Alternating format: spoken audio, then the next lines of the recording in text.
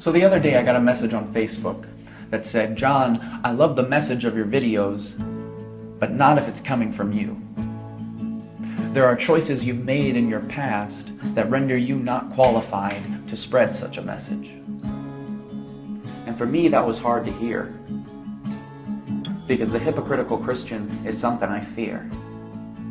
To be put in a category like that, I could think of nothing worse. So maybe there's something I should have said first.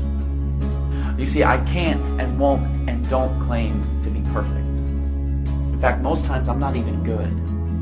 I'll take responsibility for the mistakes I've made and the hurts I've caused. I got more than I probably should.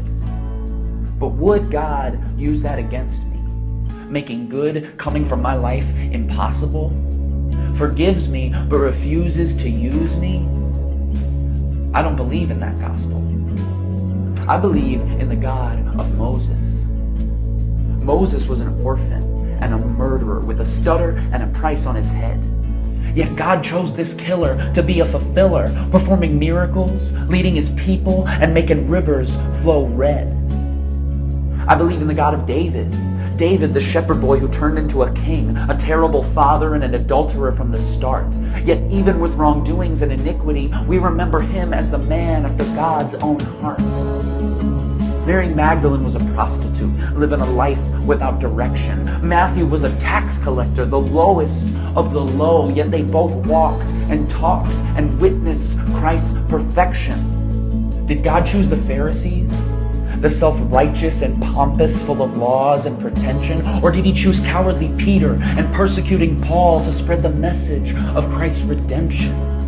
All these heroes in the Bible, not a one of them was likely. Leaning not on themselves, they leaned on God. And you know what God is? He is mighty.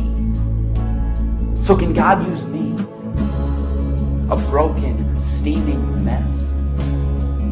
And can God use him or her or you? I'm here to tell you right now that the answer is yes. God can and will use anybody, even if you only go to church on Christmas. Does he only speak through the preacher? No, God is in a different business, because believing in the Lord isn't living a perfect Walgreens life, always doing right.